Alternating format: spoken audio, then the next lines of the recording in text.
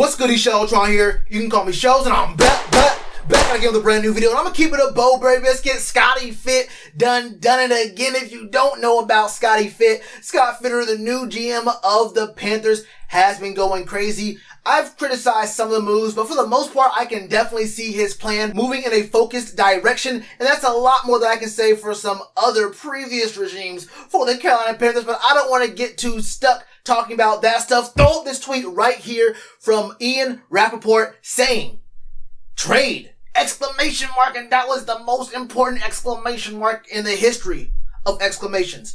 The Panthers are closing in on a trade for cornerback CJ Henderson, sources say. The details, Carolina tight end Dan Arnold and a third-round pick to the Jaguars for the former Jacks' first-round pick Henderson and a fifth-rounder. Immediate help in Carolina while Henderson starts new. There is a ton to unpack here. First of all, I don't know how he did it, but Scotty Fit just fleeced the hell out of the Jacksonville Jaguars. You get the Jaguars' 9th overall pick from the 2020 draft for Dan Arnold, who, let's be real, I won't lie to you, I liked what we were seeing out of him. Tommy Tremble's on the way up. Ian Thomas is good at blocking. We don't lose him very much in the pass game, but y'all already get one of him anyway, so it doesn't really matter to y'all very much about Ian Thomas. But the point is, we have some tight ends that are already here who can make some moves, and we did go ahead and put an end to the Dan Arnold situation there. But I was feeling what Dan Arnold was able to do for the team. But if you're telling me we can get rid of him and a third-round pick for just the previous year's first-round best man corner and CJ Henderson, and we get a fifth-round pick back, I'm asking you, what can I do to get Dan Arnold out of Charlotte even quicker? Help me, help him, expedite the process. You need me to help you pack your bags? I am there. You need me to do the post cleanup of your apartment or your condo, your house? I am there, my brother. Where is the fabuloso? I am cleaning up the floors, the counters, the tiling, the linoleum, whatever you need, brother. I can get you from Charlotte to Duval in 2.9. I promise you that. If it means that the Panthers can get CJ Henderson and we can get a fifth-round pick in return, I mean, this would have been a pretty good trade for Dan Arnold and maybe a fourth, and that's it. We give up Dan Arnold a third and get a fifth back, and we get CJ Henderson. I mean, bro, there is no other way of framing this trade than to say that Urban Meyer and the Jaguars got absolutely finessed. There is no other word for what just happened on this lovely Monday afternoon. Now, if you don't know who CJ Henderson is, let me give you a bit of a background on him. He is 6'1", about 205, 210 pounds. So he's a kind of lanky kind of dude, long arms. He is a man corner. Now, off rip, I'm not really sure how he looks in press coverage. I know in college he did not look very good at all. He was more used in an off-man kind of role there, but not as much as we had Dante playing off-man his first 2 years here when he was like 10, 15 yards off the line of scrimmage. This guy, CJ Henderson, has all the tools. He has speed. He has vision. He has those ball hawk abilities to catch these interceptions. Now, I will say, honestly, this only interception in his career so far was game 1, his rookie year. But I'll get into why his time in Jacksonville shouldn't be very worrying for Panthers fans, looking at stats, looking at how he actually performed, looking at how he was kind of up and down. And it's very similar to how I feel about when people play for the Jets, people play for the Knicks in the NBA. There's kind of a situation there where it's hard for me to actually evaluate players based on how they play in a bad environment. And although he did get a 51.5 PFF grade in his rookie season, I believe, look, his DC was Todd Wash. He's a D-line guy. And right here on your screen, you can see what his defense's rankings were in the 4 or 5 years where he was the DC for the Jaguars. He didn't really have very many good years at all. They were mostly bad outside of 2017 and 2018, and we understand what the Jags looked like and who the Jags actually had around that time frame. So it makes sense that those are years where they actually look good. The Jags run mainly zone. This is a man corner, the best man corner in the 2020 draft. Keep in mind, this is a guy that I wouldn't have been surprised if we may have looked at because, look, it went Derrick Brown, it went Isaiah Simmons, And the number 9 pick was CJ Henderson. This is the dude who was the cream of the crop coming out of college. There's only 2 things that scouts and analysts had a problem with and concerning him. One was his play in zone. Look, he can't play zone, all right? Or at least he couldn't in college. I haven't really seen too much of him in the zone. I know he plays man very well, and he played kind of inconsistent last year for the Jags, so that's a problem. But he plays man so exceptionally well, you do not want to put him into a zone. When we had James Bradbury, we played zone everywhere. Except James Bradbury was playing press man coverage on the opponent's ex-receiver. So we have had times, and we have seen people in the NFL run schemes that allow a certain player to play their role and play to their strengths while the rest of the defense works in a different kind of style. Now, with CJ Henderson and JC Horn, once he's back, we'll have 2 actual man corners. Back-to-back years, the best man corners in their drafts. They're also young. They're also top first-round picks, so they're going to have their 5th-year option. We have Phil Snow, who's an actual defensive coordinator who actually has good schemes, who actually can adjust with 2 young cornerbacks with skills that sync up. Now, what does this mean for Dante? This probably means Dante is hitting the bricks. You do not, it is what it is, bro. Dante cannot play in the slot at all. I know you see his speed and think he's fast. He can play as a nickel. That's not the case. It's not going to work for him. I don't think Dante can play anything but the boundary. I mean, he can play free safety, I think. I think Dante actually could play free safety. That's a whole different point.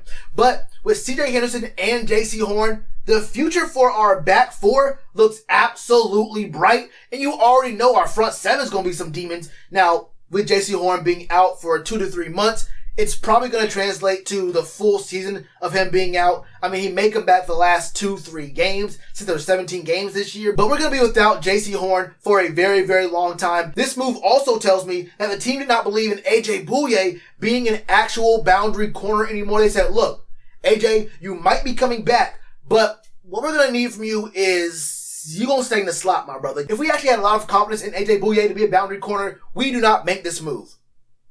We absolutely don't. Now, keep in mind, we don't have a 2nd round pick. Now we don't have a 3rd round pick in next year's draft.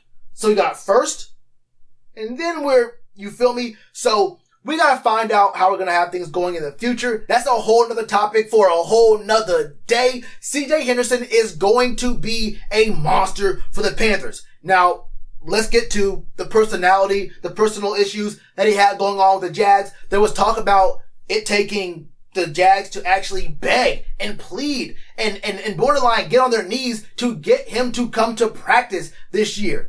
A lot of talk about how he did not want to come and play for the Jags anymore. Did Jalen Ramsey talk to him? Who knows? But after missing the back end of his rookie season with a groin injury, he was on IR for the last, 2 months of the season. He, 1, was on COVID protocol in the offseason. 2, he had labrum surgery in the offseason. 3, he missed the first 8 days of camp, and I believe he missed a scrimmage as well for personal reasons. And I think it took Urban Meyer and someone else actually going to his house to bring him to the field for him to actually come through and practice. There was talk in August. There was talk earlier than that look, we just signed this dude. We just drafted this 1st round cornerback, and it might be time for us to go ahead and move on from him already. That's not a really good look when you bring in a new coach. You have a 1st round guy who did have some inconsistencies in his rookie year, but that's what rookies do. It's what rookies do. And there was some talk about how he couldn't really tackle all that well in college, or he couldn't tackle well. He didn't want to tackle all that well in college. Last year, he showed he was a willing participant in the run game. So that's not going to be a big issue. I think that he just needed a change of pace, a change of environment. Now, it is a bit of a problem when you've only been in the NFL 1 year and you already have these kind of issues coming up, these kind of things where you just show that you do not want to come to practice. You're going to stay at home. You get, I think, elective surgery on the labrum. I got to check on that again. But then you have personal reasons why you can't go to practice for 8 days and whatnot. Those are some problems. But I promise you, with what Rev Rule's got building here, culture-wise, And with having an actual defensive coordinator in Phil Snow, those problems won't come up. I can understand a guy not wanting to play for the Jaguars. I wouldn't want to play. Well, I'll play for anyone, honestly. I'll play for either. I don't know. Look, them checks coming in. I'm playing for the team. But when you're an actual, all-star, a guy who's actually a potentially perennial Pro Bowl kind of player like CJ Henderson, you want to play somewhere where you actually feel like you can do something. Now, are the Panthers a Super Bowl favorite this year? Probably not. But this is a great place for him to grow and to develop because we have a lot of good pieces that are young, fast, and already showing they have the makings of great, not just good, but great careers ahead of them. This team, J.C. Horn, C.J. Henderson, we got Jeremy Chin, Justin Burris, even Sam Franklin. We have a back four that is absolutely disgusting. We have AJ Bouye for this year and next. Not sure if the contract's going to be where we actually keep him for next year. We'll see how that works out for us. But like I said earlier, Dante looks like he's going to be the odd man out. We just can't. What are we going to do? We're going to extend him for what? $11-12 million to be the third cornerback? I don't think that's going to work. Did we just trade our third round pick to bring in CJ Henderson to do what? Be our third guy? And I don't know. It feels like this is a move that really does push Dante out of the rotation, off the team next year. So it is what it is. We have some very, very good young talent on our defense, in the front seven, in our secondary. And this is a move right here that lets me know that this team is actually for real. This team actually believes in what they're talking about. There is a culture being built. We have some young stars in the making. We have a great defensive coordinator. And, if this Sam Darnold experiment works out, fix the O-line, find ways to pay Hassan Reddick. Are you going to pay DJ? Don't know how that's going to work out with the other spots that need to be dealt with. But you may have to go back and look at a tight end. But, we have something built here.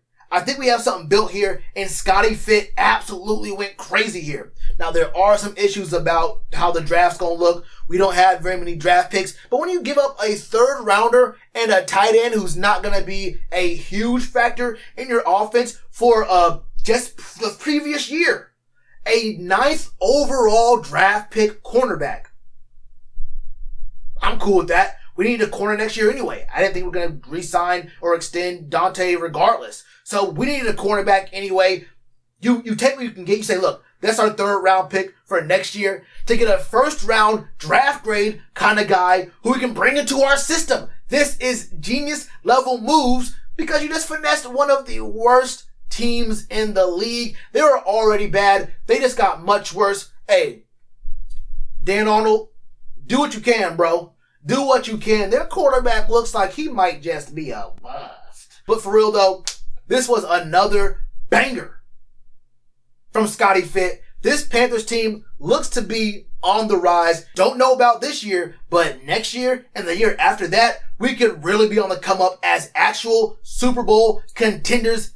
And it feels real good. Anyway, man, that's how I feel about it. What are all your thoughts? Let me know your thoughts in the comments below. And you already know to do with that like button. Cheers to you, appreciate the chance. Being told y'all I been the man. Being told y'all I had the gift. Tell a friend to tell a friend. Real ones gonna recommend. Count this as another win.